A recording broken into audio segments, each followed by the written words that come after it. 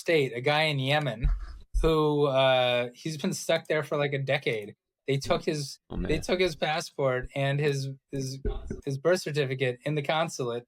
He's been stuck in war-torn Yemen for like a decade, 12 years actually. And they said, I mean, pretty unique facts. The fact that he could even get into court's a big deal, so that's a win. But like in this case, there was like an officer there who, I think there were 30 reports of him doing wrong things. This officer got Mr. Hadwan to admit that it was fraud, but he said he didn't understand English and he never signed it anyway. Like the whole thing is crazy. And this officer had this extensive How did they get the record? Is that developed in there? How they got the record? They got the records I think they got it from another case actually. So I don't know how they got discovery in that case. You're right, that is a big deal. But that already existed. But discovery is so important, right? But so there was that. They got on that APA that the Second Circuit did not like the Department of State's reliance on this signed confession, where the accuracy of the signed confession is the whole dispute. So that was the APA, Administrative Procedure Act claim.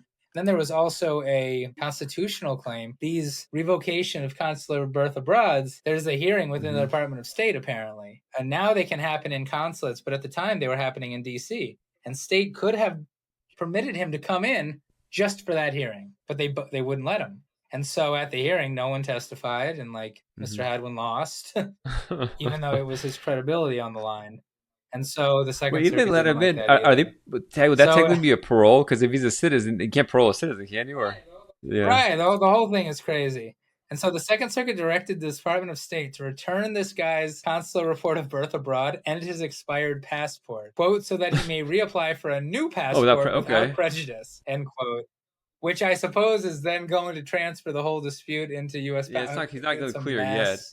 I would for him. I go to Mexico or land border, walk it through, and just not deal with the embassy. Then there's somebody. Right, win for what? We land border with Yemen. Yeah, go get a Mexican visa and then show up at CP, and then just be like, just let him in.